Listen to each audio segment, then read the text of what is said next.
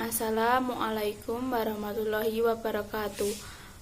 Perkenalkan, nama saya Astia Kinasih, NPM 2101020013. Di sini saya akan menyampaikan materi tentang persepsi dan pengambilan keputusan individu. Yang pertama yaitu apa yang dimaksud dengan persepsi. Persepsi adalah sebuah proses individu mengorganisasikan dan menginterpretasikan kesan sensoris untuk memberikan pengertian pada lingkungannya. Faktor-faktor apa saja yang mempengaruhi persepsi? Yaitu ada faktor pada nilai, yaitu sikap, motif, minat, pengalaman, ekspektasi. Yang kedua yaitu ada faktor pada situasi, yaitu adalah waktu, latar kerja, latar sosial. Yang ketiga yaitu ada faktor pada target, yaitu ada inovasi, pergerakan, suara, ukuran, latar belakang, proksimitas, kesamaan. Selanjutnya yaitu persepsi orang, membuat penilaian atas orang lain. Teori atribusi, sebuah percobaan untuk menentukan apakah perilaku seorang individu disebabkan dari internal maupun eksternal. Ada 3 perbedaan dari teori atribusi, yaitu perbedaan merujuk pada apakah seorang individu menampilkan perilaku yang berbeda dalam situasi yang berbeda.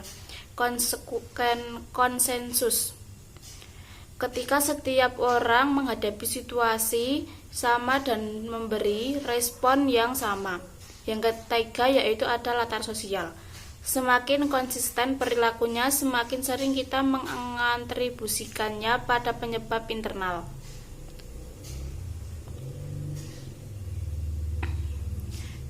Selanjutnya yaitu ada jalan pintas dalam menilai orang lain secara umum. Persepsi selektif, kecenderungan untuk secara selektif menginterpretasikan apa yang seseorang lihat dalam basis minat, latar belakang, pengalaman, dan sikap seseorang. Yang kedua yaitu efek halo, kecenderungan untuk menggambarkan interpretasi umum mengenai seorang individu berdasarkan karakteristik tunggal. Yang ketiga yaitu efek kontras, evaluasi atau karakteristik seorang yang dipengaruhi oleh perbandingan dengan orang lain yang baru muncul dan berperingkat lebih tinggi atau rendah dalam karakteristik yang sama. Yang terakhir yaitu stereotip, menilai seseorang berdasarkan persepsi mengenal kelompok asalnya. Yaitu selanjutnya ada aplikasi spesifik dari jalan pintas dalam organisasi. Wawancara kerja. Pewawancara membuat penilaian perseptual yang seringkali tidak akurat dan menggambarkan kesan awal dengan cepat mengakar. Ekspektasi kerja, istilah prediksi pemenuhan diri dan efek pengamalion, menjelaskan bagaimana perilaku seorang individu ditentukan oleh ekspektasi orang lain. Evaluasi kerja, masa depan seorang pekerja sangat terikat dengan penilaian. Promosi, kenaikan gaji, dan kelanjutan pekerjaan adalah beberapa hasil yang objektif maupun subjektif. Hubungan antara persepsi dan pengambilan keputusan individual. Setiap keputusan membutuhkan kita untuk menginterpretasi dan mengevaluasi informasi. Proses perseptual kita akan mempengaruhi hasil akhir. Selama proses pengambilan keputusan, kesalahan perseptual seringkali muncul hingga dapat membiasakan analisis dan kesimpulan. Pengambilan keputusan dalam organisasi yaitu ada model, rasional, rasionalitas terbatas, dan intuisi. Pengambilan keputusan rasional. Model pengambilan keputusan rasional mengasumsikan bahwa pengambilan keputusan memiliki informasi yang komplit maupun mengidentifikasi semua opsi yang relevan dan tidak biasa, dan memilih opsi dengan utilitas tertinggi. Rasional terbatas, kemampuan terbatas dan memproses semua informasi membuat tidak mungkin untuk mengasimilasikan semua informasi yang diperlukan untuk optimalisasi. Intuisi, pengambilan keputusan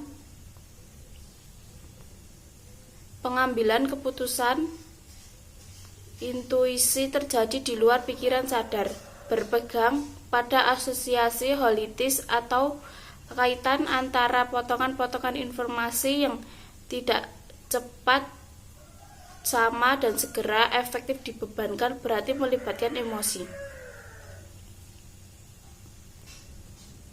Yang kedua, bias dan kesalahan umum dalam pengambilan keputusan. Bias terlalu percaya diri, individu yang memiliki kecerdasan intelektual dan interpersonal paling lemah paling mungkin berlebih dalam mengestimasi kinerja dan kemampuannya. Bias konfirmasi, proses pengambilan keputusan rasional mengasumsikan bahwa kita mengumpulkan informasi objektif. Bias ketersediaan, kecenderungan untuk mendasarkan penilaian pada informasi yang siap sedia. Riset terbaru mengindikasikan bahwa sebuah kombinasi atau informasi yang setiap sedia dan pengalaman langsung kita dengan informasi yang sama khususnya sangat berdampak pada pengambilan keputusan. Selanjutnya yaitu eskalasi. Komitmen, kecenderungan untuk mengekskalasi komitmen seringkali karena meningkatkan alasan-alasan non-rasional. Kesalahan acak, kecenderungan untuk percaya maupun memprediksikan hasil peristiwa acak adalah kesalahan acak. Eversi resiko, kecenderungan untuk memilih hal-hal yang pasti daripada hasil yang berisik dari eversi resiko. Bias retrospeksi, kecenderungan untuk salah dalam mempercayai bahwa kita dapat memprediksinya secara akurat. Pengaruh dalam pengambilan keputusan, perbedaan individu dan batasan organisasi. Kepribadian individu yaitu ada kepribadian, jenis kelamin, kemampuan mental. Batasan organisasi. Organisasi dapat membatasi keputusan, menciptakan defisit dari nilai rasional. Evaluasi kinerja manajemen dipengaruhi oleh kriteria yang menjadi dasar mereka dievaluasi. Sistem imbalan organisasi mempengaruhi proses pengambilan keputusan dan menyarankan pilihan apa yang memiliki pembayaran pribadi yang lebih baik. Peraturan baku. Batasan waktu akibat sistem hamper, semua keputusan penting muncul dengan tenggat waktu eksplisit. Contoh historis keputusan tidak dibuat dengan ruang vakum, mereka memiliki sebuah konteks. Dan yang terakhir yaitu ada penyebab perilaku kreatif, yaitu 1. Potensi kreatif, 2. Lingkungan kreatif, dan keluaran dalam kreatif. Kita dapat mendefinisikan keluaran dan kreatif sebagai ide-ide atau solusi yang dinilai baru dan berguna oleh pemangku kepentingan yang relevan. Pembaharuan itu sendiri tidak menghasilkan sebuah hasil kreatif jika tidak berguna. Sekian presentasi dari saya. Apabila ada kesalahan saya mohon maaf yang sebesarnya. Wassalamualaikum warahmatullahi wabarakatuh.